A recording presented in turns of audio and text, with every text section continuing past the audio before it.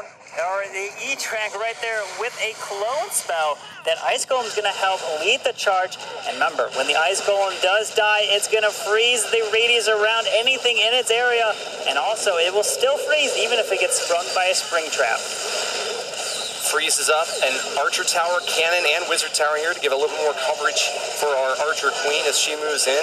You don't see any wall breakers to help her out, so I'm not sure if she'll be able to get onto that multi-target Inferno or not. She's going to cruise toward the top right side of this base instead of going for the Inferno, but might have another idea in mind for taking that out. Pulls the CC out and grabs a few Archers on the backside here, as well as a Lava Hound, big, heavy, high hit point defender, but it might get counterfeited here. Only things that are going to be firing back at it are the Electro Dragon. So he wants to keep that Electro Dragon away from the Lava Hound so he doesn't get distracted. He still has that final Archer he can drop, but he's got one up at 12 o'clock, moving the Hound over there.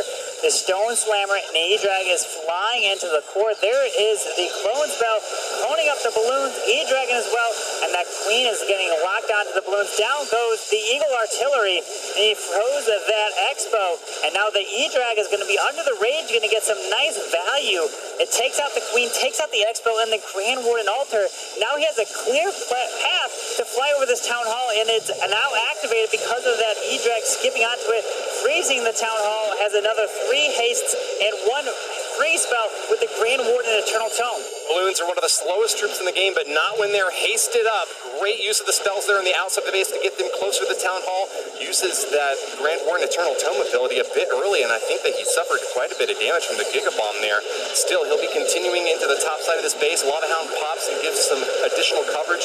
Those pups trying to protect these balloons from that last air defense in the top section, but I still am worried about this multi-target Inferno over on the right side of the base. Carbon Fin, is there enough time left to get that thing down? What a perfect free spell right there. The balloons are going to be able to move in and take out the multi, take out the Wizard Tower, and move over to the mortar. This Warden is going to actually soak up some of the shots from the Archer Tower.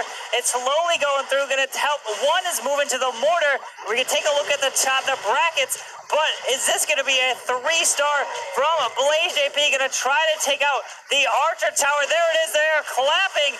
And the Archer Tower goes down. And there's just a few more buildings with only 25 seconds left.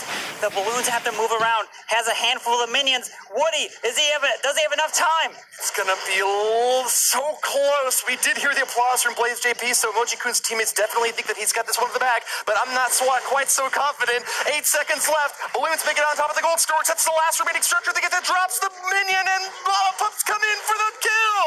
3-star, 100%.